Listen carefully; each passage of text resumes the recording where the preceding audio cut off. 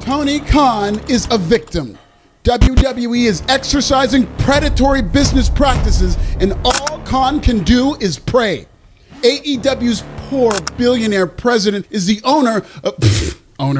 the beneficiary of multiple businesses that his daddy gave him like a Christmas gift with a tax write-off. But Tony also works very hard to keep them alive. Get it how you live. Tony Khan is an executive of the Jacksonville Jaguars, who have been to as many Super Bowls as I have. Khan is a beneficiary of Fulham F.C., which has won as many Premier League titles as I have. But they did win the EFL title in 2022, which is a championship you win when you get relegated for not being good enough to play in the Premier League, like the ROH title of soccer. Yay, Fulham. Crybaby Khan, most famously, is the president and CEO of AEW, which is now struggling in viewership and attendance after WWE's rise extinguished their honeymoon period. But instead of making his products better, maybe telling more compelling stories or building more relatable characters, Crybaby Khan is maxing out his victim card and finding every bullshit excuse under the sun as to why AEW is struggling. Stooge reporters like stuttering sling blade Dave Meltzer have enabled Khan's victim mentality by writing convoluted reports about WWE leaking ratings to handsome reporters. Ooh, so predatory. Oh, the humanity. Seriously, I leaked Fast Nationals this one time, and the leak became so flammable, it burned a whole wrestling promotion to the ground. Because Fast Nationals are so predatory and dangerous. Today, we're going to talk about Tony Khan's history of playing the victim, why this is hurting AEW, and we're also going to rank the real top 5 predatory business practices in wrestling, because these tactics from WWE in 2024 is a light pack compared to some of their most savage moves against other promotions. Subscribe in Swahili or I'll start sobbing in a subtweet. Tony Khan loves being the victim so much, he begged Elon Musk to save him from anti-AEW Twitter bots. He whines every time the Fast Nationals leak early. He pisses and moans when WWE goes head-to-head with AEW. These are symptoms of a billion-dollar Nepo baby who grew up getting everything he wants from a rich baby daddy. And now that his competition is competing, he runs and cries to the Wrestling Observer's snooze letter. Tell me, when Fulham got their asses relegated, or when the Jacksonville Jaguars were the worst team in the NFL for 3 years in a row, not too long ago, did Tony Khan blame the media for leaking TV ratings then? I'm truly honored to be included in the predatory business practices conversation by way of my world-famous Fast Nationals. Shit, I might have a shot to fuck around and win the coveted most disgusting promotional tactic award. Let's fucking go! But humbly, I have nothing to do with AEW's downfall. No, sir. If the Wrestling Wars were a boxing match, leaking Fast Nationals would be like an opponent refusing to touch gloves. Here are some real predatory practices in wrestling history, starting with some honorable mentions like Black Saturday in 1984. Get you a free trial of Friendly TV and check it out on Dark Side of the Ring. Another honorable mention goes to Vince McMahon for convincing Hulk Hogan to no-show a sold-out AWA Christmas show, which all but killed the territory. Merry Christmas, Vern. Medusa once dropped the WWE Women's Championship in a WCW trash can. You know who really bangs a set out there is NXT. Like when they loaded up a head-to-head show against AEW Dynamite last year with John Cena, Paul Heyman, Cody Rhodes, and The Undertaker, among many other main roster stars. And yes, Tony Khan cried about that too, with his infamous bald asshole tweet. But still, that really wasn't all that predatory. It's just competition. Maybe that's why Tony Khan gets so bent out of shape on the Bird app, because all the franchises he owns are losers who don't win anything, so they know nothing about real competition. TK's Twitter tantrums speak to a bigger problem of a career loser who is out of his element when in competition. The number 5 most predatory business practice in wrestling is the NWO. And I mean early NWO, when Hall and Nash came to the company and heavily implied they were hired goons from WWE. This led to a whole lawsuit from Titan Towers, which WWE won, by the way, and Hall and Nash were forced to go by their real names and acknowledge on camera they did not work for WWE. Number 4 is WWE's Billionaire Ted Skits. In retaliation to WCW Nitro kicking their asses, WWE has rarely ever acknowledged AEW on TV, but in the 90s, an embittered Vince McMahon launched a full-fledged assault on Ted Turner in WCW, mocking Hogan and Savage's age through the Huckster and the Nacho Man. Mean Gene even caught strays through the Scheme Gene character.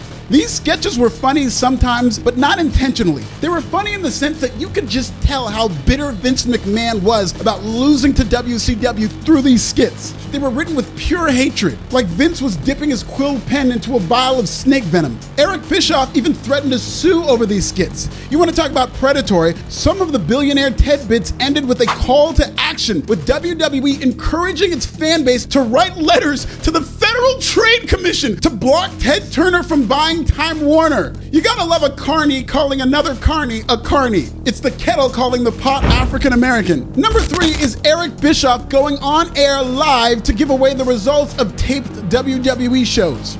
Don't remember Tony Khan having to deal with any of that insidious behavior. In the end, this move backfired on WCW when Tony Schiavone told fans not to change the channel to WWE Raw because Mick Foley was finna win the strap. The opposite happened. Fans did change the channel, and ratings skyrocketed for WWE Raw and Foley's coronation.